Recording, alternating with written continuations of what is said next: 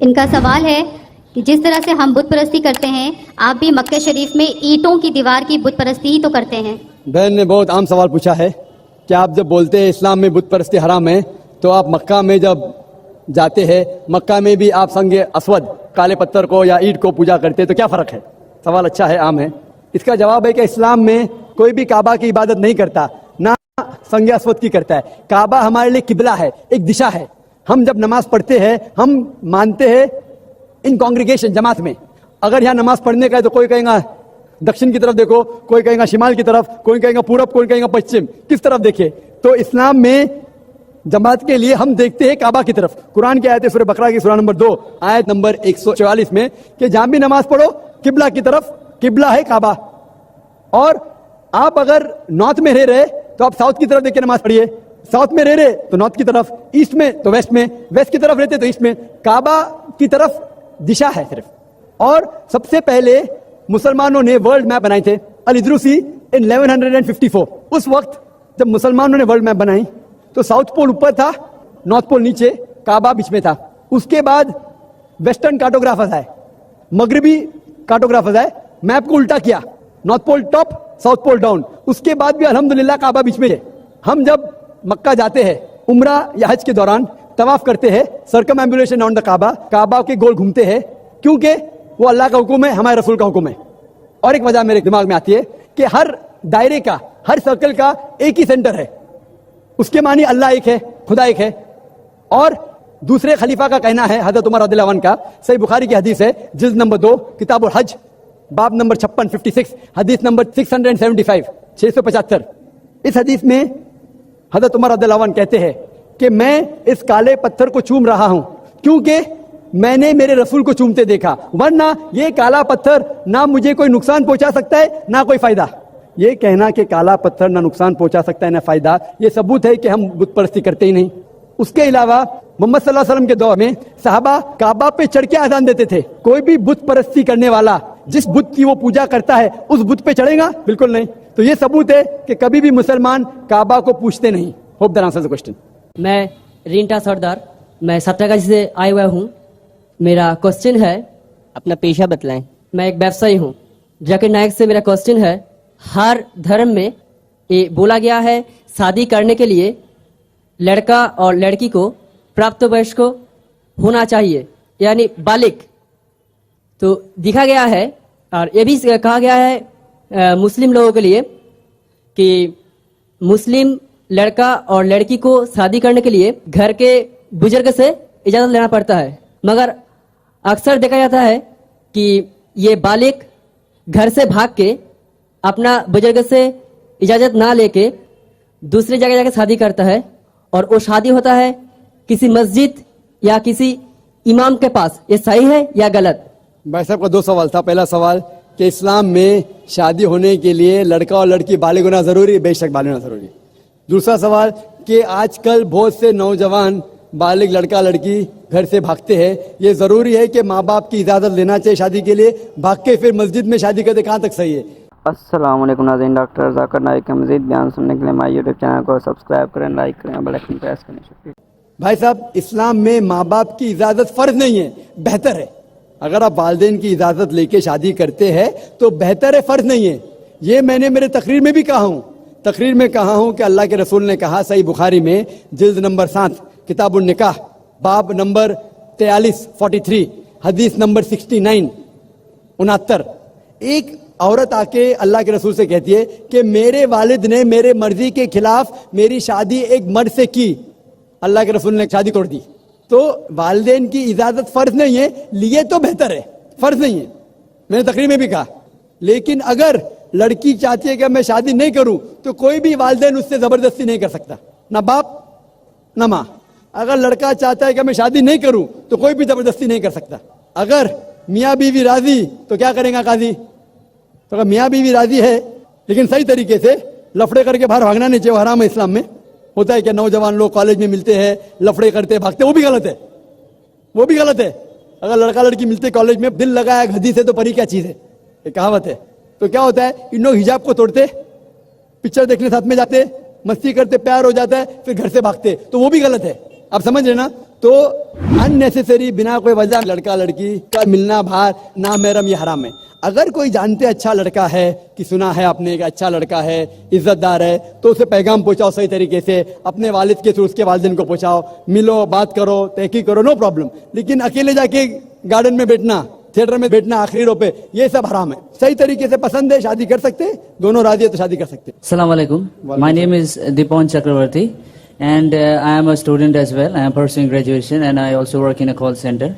And my question is, why is it important for a woman to marry a third party if she wants to go back to her first husband after her first husband has given her talaq? भाई साहब का सवाल था कि जरूरी क्यों है कि अगर एक औरत अपने शोहर के साथ तलाक हो जाता है तो उसे दूसरे से थर्ड पार्टी से शादी करना जरूरी क्यों है पहले शोहर से वापस करने के लिए? ये सवाल है। सवाल अभी दोहरा है, जवाब दे रहा हूं मैं। ये लोगों को गलत फहमी है कि अगर मियाँ बीवी का तलाक होता है और अगर वो फिर से शादी करना चाहते हैं, ये गलत फहमी है लोगों की कि उसको तीसरे से शादी करना फर्ज है। कुरान में साफ तौर पे लिखा हुआ है, सूरह बकरा में सूरा नंबर 2 आयत नंबर 228 से लेके 242 तक तलाक के पूरा डिटेल दिया गया है, किस तरीके से तलाक दिया जाता है। पहले मैंने कहा था कि आपस में समझौता होना चाहिए, नहीं होता है तो गेट एन आर्बिट्रर, एक बड़े को बुलाओ, शोहर की तरफ से बीवी की तरफ से समझौता करो, नहीं होता है तो तलाक बोलने के बाद इद्दत के 3 माह है। कुरान में लिखा है सूरह बकरा सूरा नंबर 2 आयत नंबर 228 कि 3 माह, 3 महीने, 3 menstrual cycle is the period of इद्दत।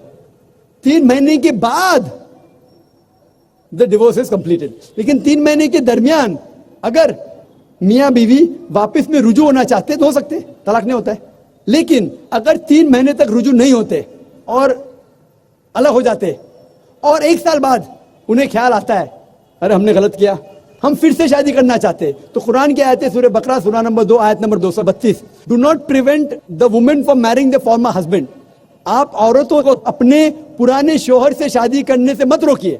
तो वो औरत फिर से अपने पहले शोहर से शादी कर सकती है, लेकिन नया निकाह नया महर, न्यू मैरिज न्यू महर। No no no, what you are saying is a misconception. I come to it. लोग समझते हलाला की जरूरत है, हलाला जैसी कोई चीज कुरान में है नहीं, उसके ऊपर आऊंगा। लेकिन फिर से शादी करने के बाद फिर से इन लोग जिंदगी बसर करते हैं, 3-4 साल बाद फिर से कुछ ना इत्तेफाकी होती है, फिर से तलाक। वही तरीके से समझौता करो, बड़े को लेके आओ, तलाक बोलो, 3 माह रुको, फिर जाओ, फिर से 2 साल बाद याद आता है नहीं वापिस से रहेंगे, फिर से शादी कर सकते, फिर निकाह, फिर महर, फिर से झगड़ा होता है, फिर तीसरी बार अगर तलाक होता है तो अल्लाह ताला फरमाते सूरह बकरा सूरा नंबर 2 आयत नंबर 230 में कहते कि तीसरी बार अगर तलाक देंगे तो फाइनल। इसके बाद आप फिर से मियाँ बीवी ने, जब तक आप थर्ड को नहीं मैरी करें। इसमें क्यों? ये शादी ब्याह गुड्डा गुड्डी का खेल थोड़ी है। बचपन में गुड्डा गुड्डी का खेल में शादी करो फिर से तलाक दो, एक दिन में 10 बार शादी कर सकते, बराबर ना? ये जिंदगी गुड्डा गुड्डी का खेल थोड़ी है। 3 महीने लगता है तलाक के लिए, इतना टाइम लगता है। प्राइवेट मीटिंग, फिर बड़े लोग से मीटिंग, फिर 3 माह, फिर जुड़ो प्यार से, एक दूसरे पे कीचड़ में उछालो, फिर शादी करो। मैंने मेरी जिंदगी में किसको भी नहीं देखा जो सही तरीके से तीसरी बार तलाक हुआ, मैं देखा नहीं अभी तक। 1 बार हुआ देखा होगा, 2 बार, तीसरी बार तो देखा ही नहीं मैं। ये अगर आप गुड्डा गुड्डी का खेल करते तो फिर 1 बार आपने रिजेक्ट किया, 2 बार रिजेक्ट किया, 3rd बार फाइनल, फिर आप दूसरे से शादी करो। आप प्लान नहीं कर सकते, आप दूसरे से शादी करो और रो। और फिर पता लगा आपको मैं पहले शोहर से नाराज थी, सिर्फ दिन में 6 घंटा देते थे, ये नया शोहर तो 2 घंटा देता है, तो पहला वाला अच्छा। नो, दाल आटे का भाव मालूम पड़ेगा। मेरी माँ मुझसे कहती थी मार्केट जाएंगे तो दाल आटे का भाव, दाल और आटे का भाव, आप समझे ना? तो हो सकता है क्या मालूम पड़ा मैं मेरे शोहर से झगड़ा करती थी, वो बीवी कहेंगी, मालूम पड़ा का नया शोहर तो पुराने वाले से बदतर है, आप समझ रहे ना? और फिर अगर नए वाले से डिवोर्स हुआ, सेम तरीका, आपस में समझौता, प्लानिंग नहीं। अगर प्लानिंग करेंगे कि एक रात तुम्हारे साथ सोऊंगा और फिर तलाक देना, ये हराम है, आप समझ रहे ना? ये कुछ लोग करते हैं, मैं जानता हूं मुस्लिम माशरे में, वो हराम करते। प्लानिंग करना, तुम्हारा शोहर बनूंगा, एक रात बाद तलाक दूंगा, फिर तुम शोहर शादी करना, ये हराम है। कुछ लोग करते हैं, गलत करते, कुरान में ऐसा नहीं लिखते। तो अगर तीसरी बार तलाक के बाद या पहली तलाक के बाद भी, पहले बार तलाक दिए, दूसरे से शादी किए, फिर पता लगा सही नहीं, तो वापिस जा सकते, आप समझे ना? तो ये जो है जरूरी है थर्ड पार्टी के पास जाना, अगर 3 बार सही तरीके से तलाक हो तो इस्लाम में इतनी छूट है माशाअल्लाह, और इतना सही मजहब है, it is the most practical way of life. My question is Muslim woman is liable for the maintenance long life after divorce?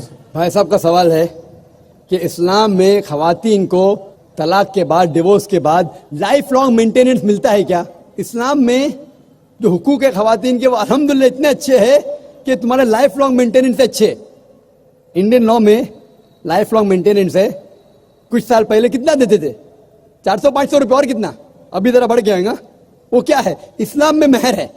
महर मतलब शादी के टाइम पे ही महर मुकर्रर कर सकते।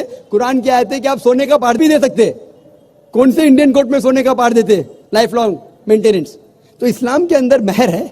महर की कई वजह हो सकती है। वो महर लेके अपने वालिदैन को दे सकती है, अपने लिए फ्यूचर की रह सकती है, तलाक के बाद काम आ सकता है। लेकिन जब तलाक होता है तो इद्दत के दरमियान जो 3 माह है उसका मेंटेनेंस शोहर देता है। अगर माँ पेट से है तो जब तक वो बच्चा जन्म देती है उस टाइम तक उसका मेंटेनेंस भी होता है। और अगर बीवी के पास बच्चे हैं तो जब तक बच्चा बालिग होता है उस टाइम तक बच्चे का मेंटेनेंस शोहर देगा। लेकिन लाइफ लॉन्ग क्यों नहीं? क्योंकि इस्लाम में महर तो उसका है, वो महर कुछ भी पूछ सकती है। अगर कम पूछी तो उसकी गलती, महर तो मिल गया। क्योंकि डिवोर्स होने के बाद औरत वापस से नई शादी कर सकती। उसके बाद अल्लाह के रसूल कहते हैं कि सबसे बेहतरीन वो चैरिटी में जो माँ बाप अपनी डिवोर्स बेटी को अच्छे से देखभाल करते। तो माँ बाप देखभाल कर सकते, भाई कर सकता है, भाई ने करा तो माशरा करेगा, माशरा ने करे तो इस्लामिक स्टेट करेंगे। और अगर कहेंगे कि शोहर को देना चाहिए तो मुझे एक नया लेक्चर देने पड़ेगा, मेन्स राइट्स इन इस्लाम, आदमी के हुकूक। क्योंकि इमेजिन उसको महर भी देने का है, इद्दा का मेंटेनेंस भी देने का है, लाइफ लॉन्ग बोलेंगे। वो नई शादी करेगा उसको नया महर देने का। आदमी पे जुल्म थोड़ी करना चाहता अल्लाह ताला। तो आदमी जब महर दिया, अगर डिवोर्स हो गया, औरत का तो इतने ख्याल रखने वाले लोग हैं, बाप है, भाई है या बेटे है, माशरा है, वो नई शादी कर सकती। उसका नया शौक उसको दूसरा महर देगा। ये आदमी जो डिवोर्स हो गया वो जब नई शादी करेगा उसको नया महर देने का। तो नया महर देने का, पुराने बीवी को मेंटेन करने का, तो मुझे नया लेक्चर देने पड़ेगा, मेन्स राइट्स इन इस्लाम, आदमी के हुकूक। तो अल्लाह ताला जस्ट है, बराबर है, औरत ऊंची नहीं है आदमी से। आप समझे ना? तो इसीलिए अल्लाह सुब्हानहू व तआला ने सही इंतजाम किया है। लेकिन खवातीन का ख्याल भी रखा है कि अगर उसको जरूरत पड़ी तो माशरे के दूसरे लोग उसका ख्याल रखेंगे। Hope the answer the question.